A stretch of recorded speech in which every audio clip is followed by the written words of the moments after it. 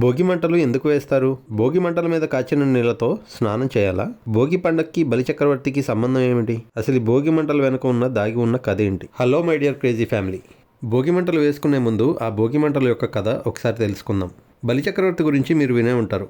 ఒకవేళ వినకపోతే ప్రహ్లాదుడి గురించి అయినా వినే ఉంటారు కదా. ఈ బలిచక్రవర్తి ఎవరో కాదు, ప్రహ్లాదుడి మనవడు.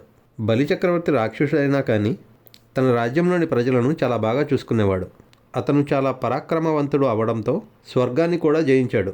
స్వర్గానికి రాజు ఒక రాక్షసుడు అవటం ఏంటి అని ఇంద్రుడినే స్వర్గాధిపతిగా చేయాలని దేవుళ్ళందరూ శ్రీ మహావిష్ణువుని ప్రార్థించగా వామనావతారం ఎత్తి బలిచక్రవర్తి దగ్గరికి వెళ్తాడు. వామనావతారం అంటే ఒక చిన్న బ్రాహ్మణుడి రూపంలో బలిచక్రవర్తి దగ్గరికి వస్తాడు. ఆ వామనుడిని చూసిన బలిచక్రవర్తి ఏం వరం కావాలో కోరుకోమంటాడు. ఆ బ్రాహ్మణుడి రూపంలో ఉన్న శ్రీ మహావిష్ణువు యజ్ఞం చేసుకోవడానికి 3 అడుగులు కావాలి అని అడుగుతాడు. వచ్చింది శ్రీ మహావిష్ణువు అని తెలియక 3 అడుగులే కదా అని చెప్పి సరే అంటాడు.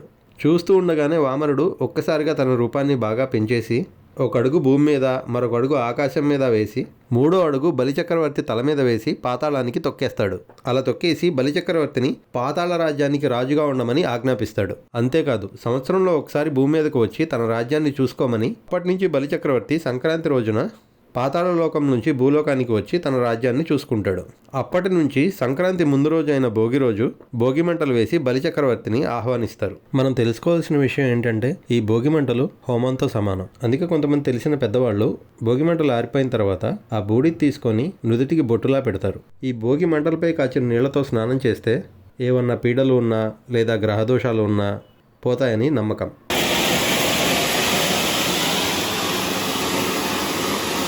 హలో శక్తి, నీకు కూడా భోగి మంటలు కావాలా? వినపడిందా? నీకు కూడా భోగి మంటలు కావాలా?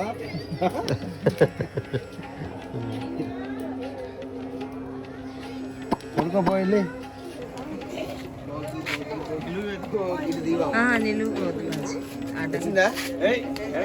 సంక్రాంతి అనగానే మనకు గుర్తొచ్చేయి పెద్ద పెద్ద ముగ్గులు. సంక్రాంతి అనగానే చాలు ఇలా పెద్ద పెద్ద ముగ్గులు వేయడానికి ఒక సైంటిఫిక్ రీజన్ ఉంది.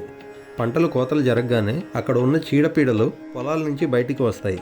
అలాంటి రోగకారక క్రిములు మన ఇంట్లోకి రాకుండా సున్నంతో పెద్ద పెద్ద ముగ్గులు వేయటం వల్ల అలాంటి రోగకారక క్రిములు మన ఇళ్లలోకి రావు. అందుకే పండగ రోజు గడపలకి పసుపు రాస్తారు. ఈ భోగి రోజుకి మరో ప్రత్యేకత కూడా ఉంది. గోదాదేవి రంగనాథుడిలో ఐక్యమయ్యి భోగం పొందిన రోజు కాబట్టి దీన్ని భోగి అంటారు. ఇటు ఇటు అటు అటు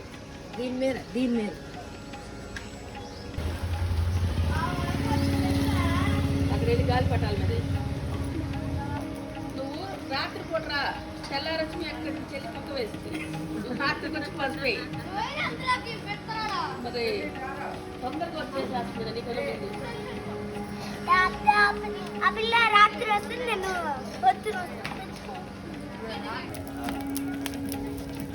ఏంది ఇడ్లీ పాత్ర పెట్టారు? ఇడ్లీలా నీళ్ళ?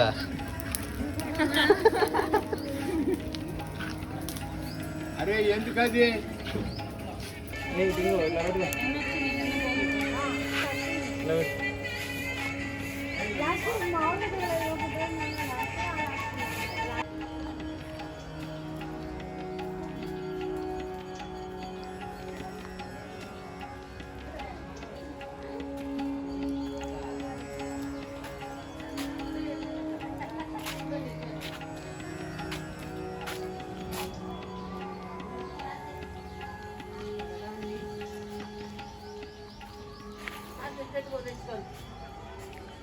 మా భోగి సెలబ్రేషన్స్ ఇవేనండి.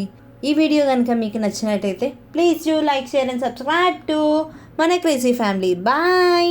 నెక్స్ట్ వీడియోలో కలుసుకుందాం.